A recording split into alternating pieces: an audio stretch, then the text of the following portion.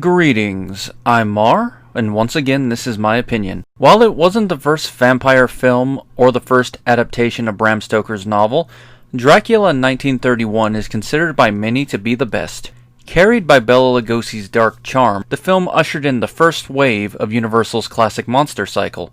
Without Dracula, there'd be no Frankenstein, Mummy, or Wolfman. I think it's okay. Fine technically, with excellent performances from Lugosi, Edward Van Sloan, and Dwight Frye, it plods along too slowly for my taste, a rarity from this genre. However, this is not the only Dracula film Universal produced that year.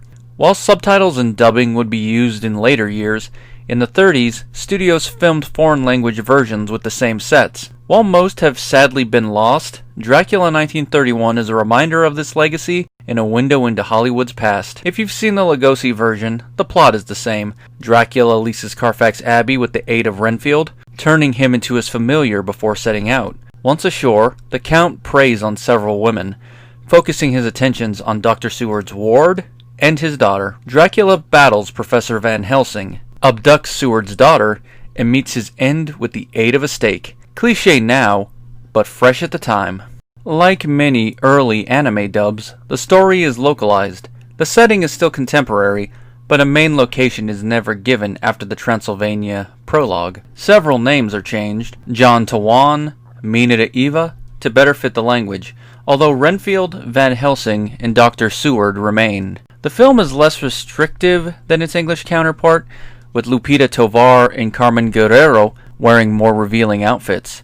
Surprising, even for a pre-code film, it shows that Spanish audiences were less restrictive with their sensibilities. It also allows for an additional scene confirming Lucia's second death. Even though nothing is shown, the implication of staking a woman was too much for the English version. Although I suspect it was filmed and was one of the many cuts made in the studio-mandated re-edit. Bite marks are also shown on screen. The cinematography is excellent and is one area where the Spanish version eclipses its counterpart. While Karl Freund is no slouch behind the camera, director George Melford and cinematographer George Robinson had the advantage of seeing dailies when they came into work. From this, the pair devised better camera angles and more effective lighting. If there's one scene that personifies this, it's the Count's introduction. In the English version, it is several shots and cuts showing the Count descending to meet his guest. The Spanish version has Renfield distracted by a bat. Once it cuts back, Dracula is in place and the camera ascends the stairs. This gives the audience a close-up look at Dracula and displays how quickly he can appear out of nowhere. Sadly, one film reel is badly damaged.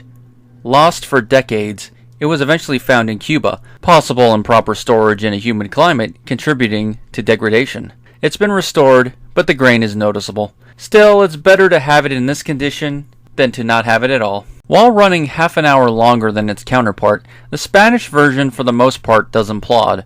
The story engages and hooks one into the hero's plight. The added time allows the dread to build further, aided by the different mise-en-scène and additional dialogue. Even so, there are several moments I'm still not a fan of. The film slows awkwardly when it comes to the White Lady scene. I know it's an element from the novel, but it hurts the pacing for me. Included for comic relief, Martin feels unnecessary and dated in both versions. I didn't laugh one time at his lines. The only version of his character I liked was in Mel Brooks' spoof.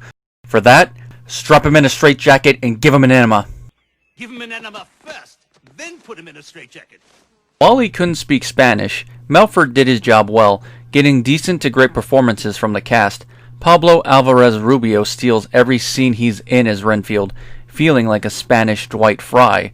On the DVD, Lupita Tovar stated Melford rarely needed a second take with him, which speaks to both his talent and professionalism.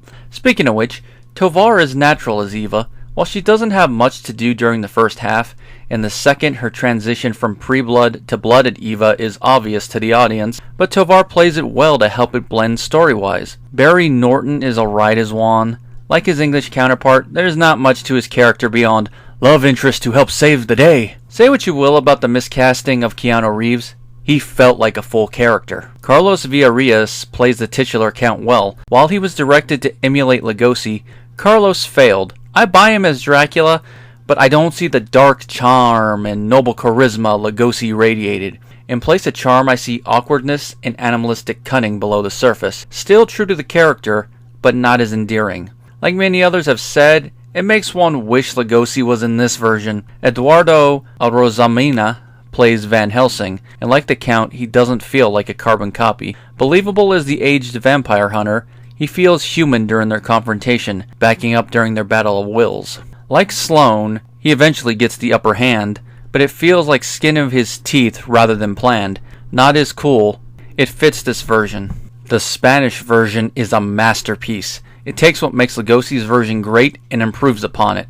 While it has flaws, they don't hinder the overall film too much. If anything, it makes one wish they were improved upon too. Hopefully one day other foreign language versions can be found. If produced, I wonder how Frankenstein or The Mummy would have played.